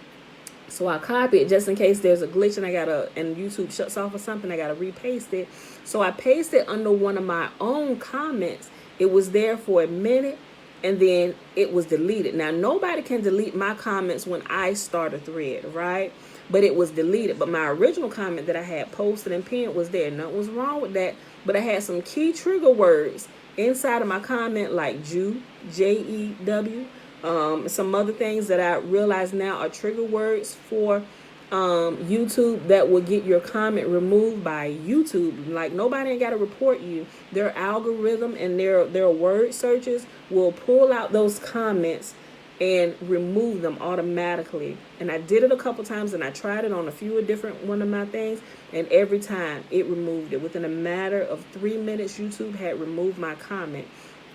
So when I respond to some stuff, if I have to use like the word Jew or Jewish, I'm going to spell it a different way. Like if I spell Jew, it's going to be Joo, or Jewish, it'll be Joo-ish. And Israel, the Israel comments too.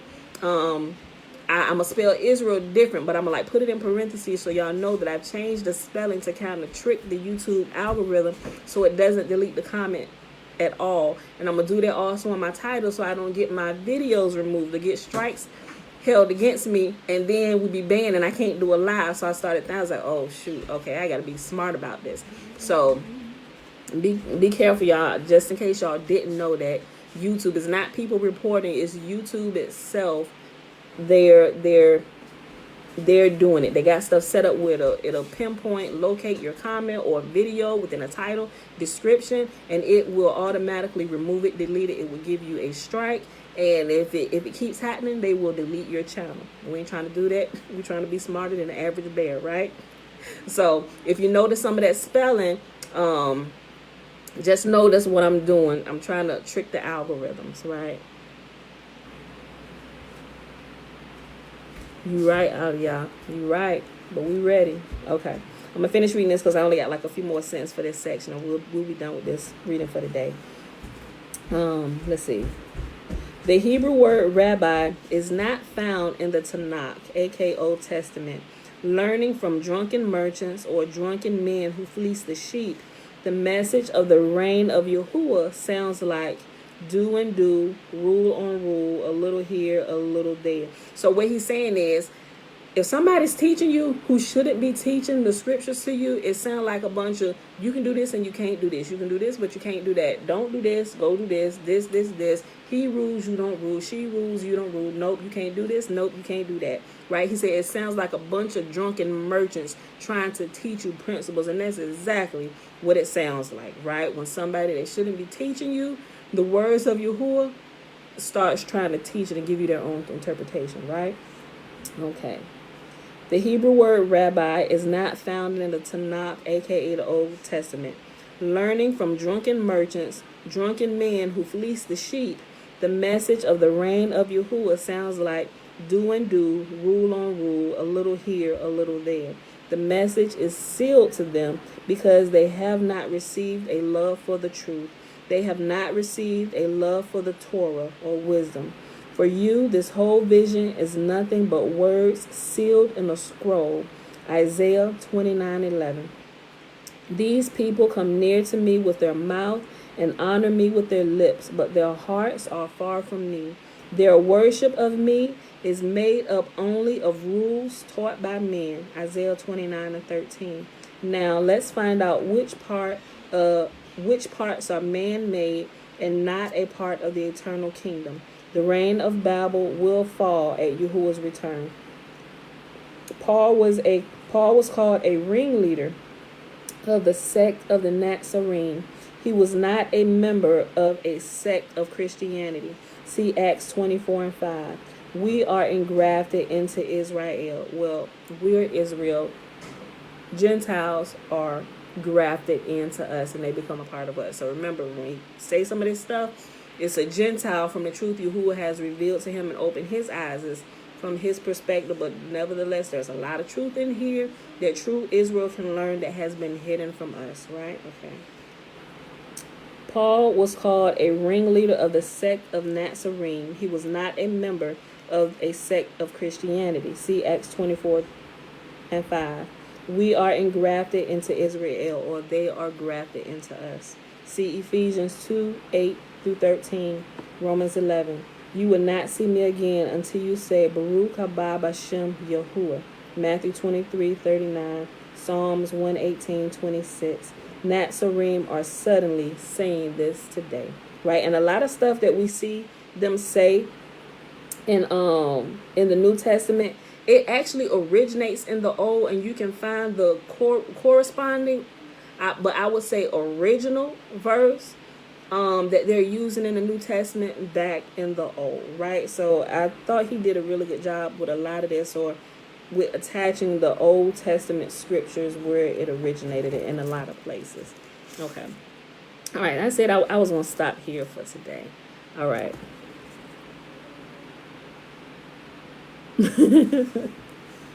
That comment is true, but it's funny too.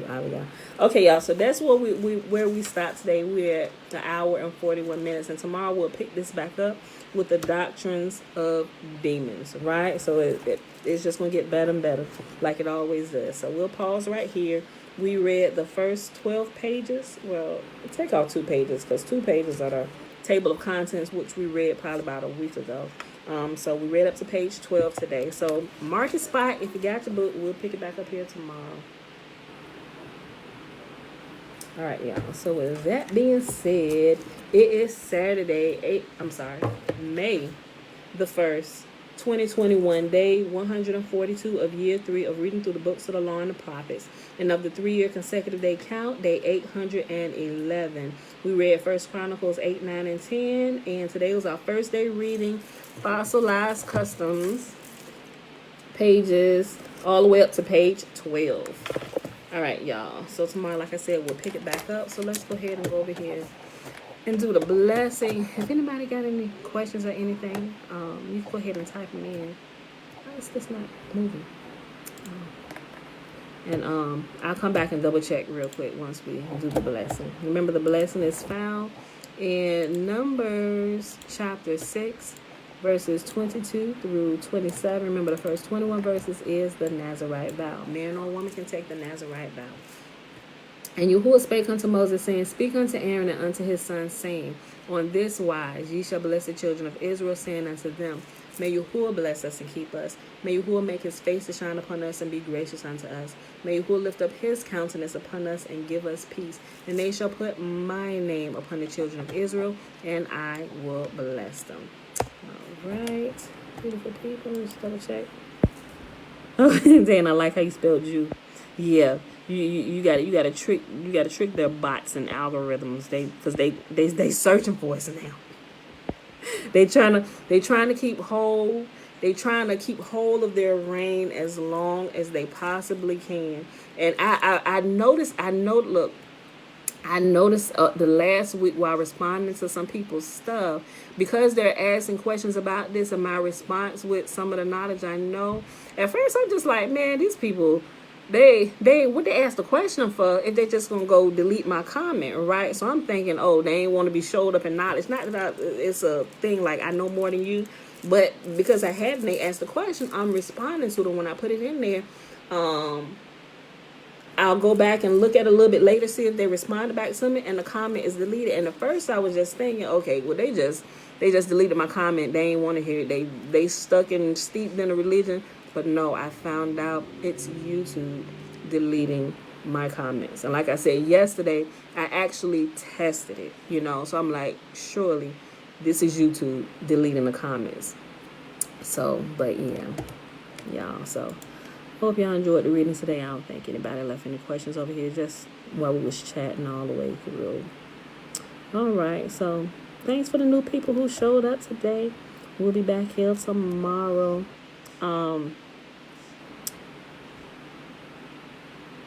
Yeah, you're right.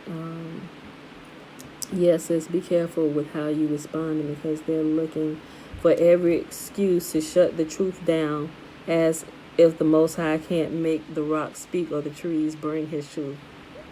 I know, right? Look, have I considered a podcast by any chance? People keep asking me that. I have considered it, but I just gotta.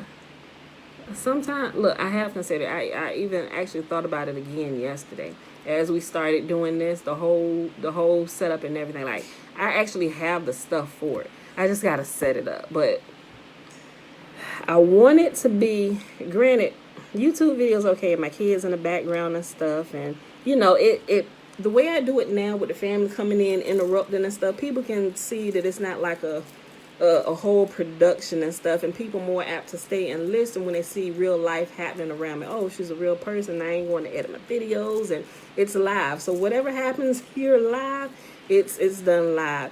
And so I thought about it, doing a podcast. The podcast would have to be the same way. Anchor app is easy for podcasts. I'm gonna check into it, Dana. But yeah, I really was, while I was going through some of my electronic equipment, I'm like, I gotta get all this equipment for if I ain't gonna use it. I'm like, oh, Father, because I be thinking about this. And some people have left comments, and I just, because some people, they like to listen to stuff and not have a bunch of interruptions. Some people, they have no truth about themselves, or this would be good if we didn't hear your kids talking all loud in the background. And I'll delete those type. I will. I'm gonna tell you, you leave a comment like that, I'm gonna go delete it, because it get me hot and sweating under my armpits, and I'll be ready to fight. So yeah, I may love y'all, but don't start with me, bro, and don't say nothing about my kids, right?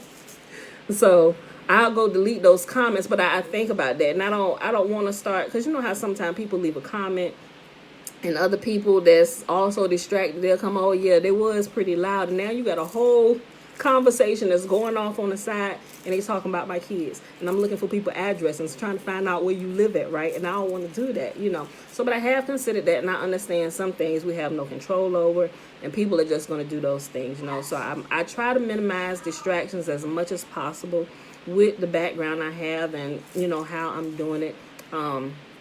But I did hear they don't want to see the claws come out, right? And don't let my husband get wind of it, because he way worse than me. They said, what? Like, he was ready to fight a little boy the other day, because some little kid told Isaiah, he like jumped at Isaiah, and Isaiah took off running. He said, boy, what you run? You better not run. And here come Josh and Saya over there, Isaiah pointing them out. That's him right there. And my husband right behind the radio. I'm like, y'all don't leave a little 5-year-old boy alone, So, but finally, the little boy, when he saw James coming, he straightened himself up real good. He said, y'all want some oranges? And he started, instead of talking junk, his little sister hyped him up.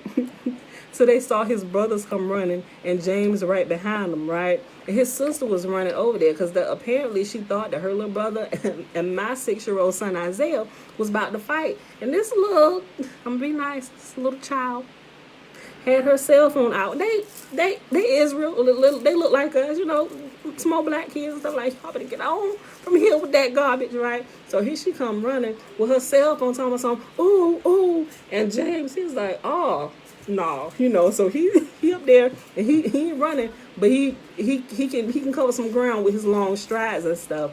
But when they saw him, he said, little girl, if you don't get out of here with that phone, he said, where your parents at? And she did like that, and the little boy was like, y'all want some oranges? Like, they changed their whole whatever it was they thought they was about to do, right? So I'm just like, oh, Father, look, listen here. So, but I do all these things, I think about. But yes, getting back to the question, I have considered it. Quite a few people have asked me about it. But I just want to make sure I'm sticking to what Yahuah has said, right? And I don't really have a pressing need or inkling to actually do it right now. But I believe I will have it set up. I just want to make sure everything is good. And especially also, I tested some of the stuff, the equipment, like with the mic I had. And I stopped using the mic up here. I was testing the equipment little by little. But the mic, when I would go back and watch the YouTube videos, it still sound kind of cracky. But I figured that might be because I didn't use the headphones that apparently you're supposed to use with it, which I have upstairs in my little kit with all my stuff. I was like, because you know how people you see them doing podcasts and they have on the headphones along with the mic and the little sound booth. I got all that stuff, but I realized why they have it, because it cuts out all that cracking and that background noise and stuff. And I was just thinking, I was just thinking about it in another way. I don't really want to wear the headphones. Not really that it would interfere with the head wrap, because they won't. I tested it. But I don't know. I think I was looking at it the wrong way. Oh, she trying to get like them. She wearing headphones. And I was just, my mind wasn't in the right place, you know. So, but I'm looking at all of it and I'm understanding why that equipment is needed, so the sound can come through clear. And especially if you're doing a podcast, it cuts out all that cracking and that extra background noise. So that stuff is actually really needed. And when you don't see them with the big headphones on connected to all this stuff, they still have on a mic, but it's either here or they may have like wired ones coming down here, but I've always checked, but they always have on the mic. So I gotta go through. We probably will do it, but I don't want to do it separate. I need to have it all being done at the same time, like the Facebook, YouTube, and the podcast all being done simultaneously. So I need to figure out how to do that when I'm not creating extra work for myself, to where it just can be an easy setup and just do the start and let's go, and everything is running. So yeah, I'm considering it, asking y'all, okay, when, you know. So, but yeah, that was to answer your question. I know that was a big long, but yeah. Chrissy said, I love to hear Bella's voice in the morning. She gives me such a big smile. I really love you here on Facebook, but whatever you choose, I'm with you on your readings. Well, thank you, Christy. Yeah, I'll still do it on both places. I'm trying to be smart and not get myself banned, right?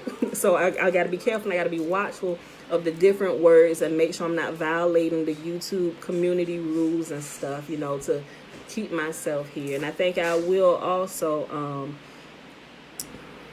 if you have you can likely edit out the background noise if you have multiple audio channels. Yep, I would be able to. So, but yeah, and I forgot what I was just saying. Yeah, but I'm done. I ain't really got nothing else to say, y'all. That's soundproof. But send me the link, all of y'all, or post it down here in the comment section. You may not be able to post it in here in the live chat, but on today's video, who you talking about, post it in the comment section so I can check it out. But yeah, y'all, so I'll let y'all know when we do. All right, so but with that being said, y'all, that's it. I ain't got nothing else. We're knocking on the 2-hour mark today, so go on, get out of here. We're getting out here in the garden today. Get some seeds down in the ground. If y'all not gardening, if y'all ain't got no seeds in the ground, get them in the ground. We in May. So, but okay, y'all. All right, that's it. I love y'all. I see y'all back here in the morning, bright and early, 7:30 a.m. Eastern Standard Time. And I'm going to post these couple things that I said I was going to post in the comments section. If y'all said y'all was going to share something with me, post it down in the comments section. Not in the live chat, because it won't really show. Oh, it was Issachar that did it. Okay, yeah, I know them. Oh, I would definitely have to check back in their videos a while back. Okay, yeah, but I like that they got a nice little setup. They do. The Issachar couple is the husband and the wife. They got a really good setup on this. I'm gonna have to check into theirs. Okay, y'all, but that's it. I'm out of here. Peace.